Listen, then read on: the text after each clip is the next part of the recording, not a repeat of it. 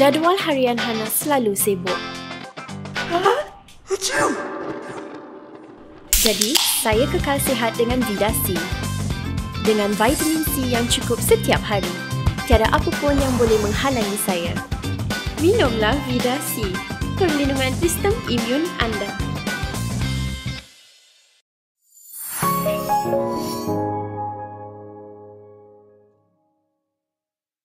Good evening, I'm Mr. Michael and you're watching Kini News. How many of you went out to dine in a restaurant today? Let us know in the comments. It's definitely something we couldn't do during the first MCO last year. According to former Prime Minister Najib Abdul Razak, this is why it should no longer be called an MCO. Former Prime Minister Najib Abdul Razak has taken a swipe at the government's decision to open up restaurants for dine-in, as well as almost all retail sectors effective today. In a Facebook post yesterday night, he wrote that nearly all sectors are allowed to operate, as everyone knew that COVID-19 only posed a threat in Parliament. He said the movement control order no longer has meaning and the government should just change it to a conditional MCO and ban interstate travel for non-commercial affairs. He added that they should stop all roadblocks in the city, as it is hard for the police to control it when all businesses can continue operations. In his post, Najib said they shouldn't allow Malaysia to become one of the only countries in the world where lockdown actually means all open. Najib has been critical of the second movement control order, before this saying the government should have enforced a strict lockdown for 2 weeks so that recovery can come sooner. His recent post came after Defence Minister Ismail Sabri Yaakob announced that dine-in would be allowed and that other retail sectors, including fashion, will be allowed to open. Ismail had said that it was to ensure the people's livelihoods are taken care of. MCO 2.0 is in force until February 18th. The results of the loosened restrictions will only be known in the coming weeks, so let's take a look at how we're doing right now. Malaysia recorded 3,288 new cases of COVID-19 today. 5 of these were imported.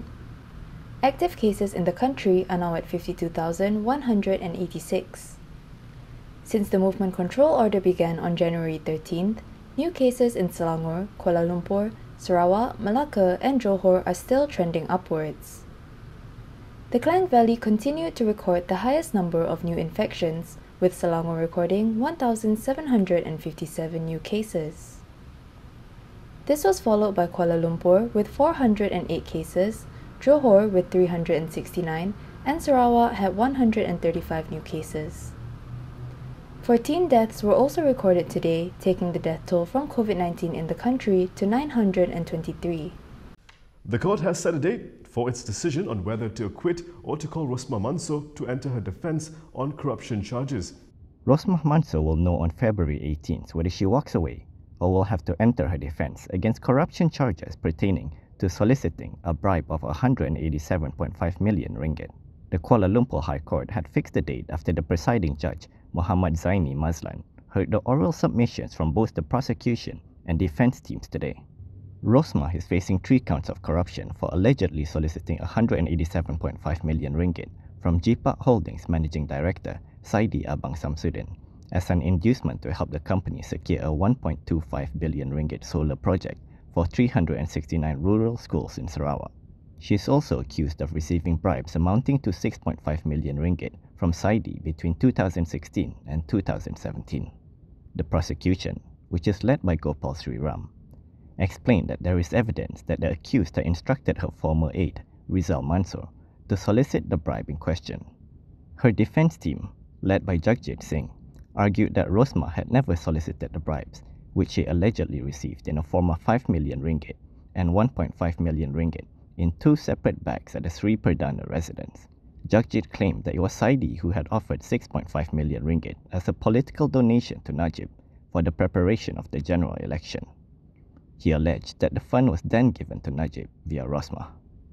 UMNO Supreme Council member Muhammad Puat Zakarshi has responded to a legal threat from the Prime Minister's office. Does asking a question warrant legal action? This was a question posed by UMNO Supreme Council member Muhammad Puat Zakarshi on his Facebook page recently. He said this in response to a legal threat from the Prime Minister's office. This was after Puat had questioned if the government's order to shorten the quarantine period for ministers was due to Prime Minister Muhyiddin Yassin's refusal to be isolated for the full length of time after his recent trip to Indonesia. The PMO had denied the claim and accused Puat of trying to tarnish Muhyiddin's image. They said that Muhyiddin had been placed under quarantine right after returning from Indonesia last Friday and that he is still undergoing home quarantine. The PMO added that legal action will be taken against him if he fails to make a public apology. However, Puat did not offer any apology in his post and instead raised more questions on the emergency. He zoomed in on Health Minister Adham Baba's order to shorten the quarantine period for ministers and asked on the purpose of an emergency and whether it is to meet the needs and comfort of the ministers. He added that the emergency shouldn't be used to stop the people from questioning or asking for explanations. On Monday, Health Minister Dr. Adham Baba issued an order to relax quarantine rules for cabinet members, reducing the required quarantine period from 10 days to 3. Adham said the 3-day quarantine will only apply if ministers strictly follow a bubble itinerary during their international travels. He added that officers in the minister's delegation who went along for the overseas trip must still quarantine for the full 10 days. 1,000 tablets were distributed by Anwar Ibrahim in Port Dickson. The reason is simple. The government hasn't done enough to ensure poor students have access to online classes, according to him. PKR President Anwar Ibrahim claimed that the government had failed to ensure that students in the B40 community could have proper access to online classes during the movement control order. Ini juga melambangkan kelemahan kementerian ini, dia tidak menyediakan pertama, dan sekarang dia sebut pinjaman dan orang ini tidak mampu. Dan kalau kita teruskan dengan tahap pendidikan seperti ini, walaupun TV pendidikan itu penting, tapi tidak sama kerana terbatas waktu dia dan keupayaan dia dan tidak ada interaksi dengan murid. Tapi kalau keadaan ini tidak ditangani segera oleh kerajaan, khususnya Kementerian Pendidikan, saya jangka akan terus melemahkan mutu pendidikan, terutama di kalangan pelajar, miskin bandar dan desa. He said this after handing out 1,000 tablets for students in the B40 community in Port Dickson today. The Port Dickson MP handed out the tablets to qualified families during a drive-through event. Anwar is the latest MP to organise efforts to help students from poor communities who have struggled to keep up as schools close during the MCO and classes go online. Laptops and tablets have become a necessity for students, but not all could afford a device or data plans.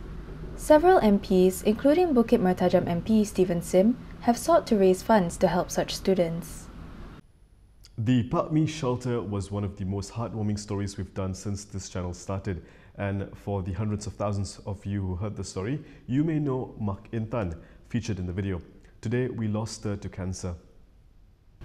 Halija Idris, better known as Ma Intan, passed away today from ovarian cancer. A post on the Pakmi Shelter Facebook page said that she died at 11:15 a.m. today at the Sultanah Bahia Hospital in Alor-Setar, Kedah.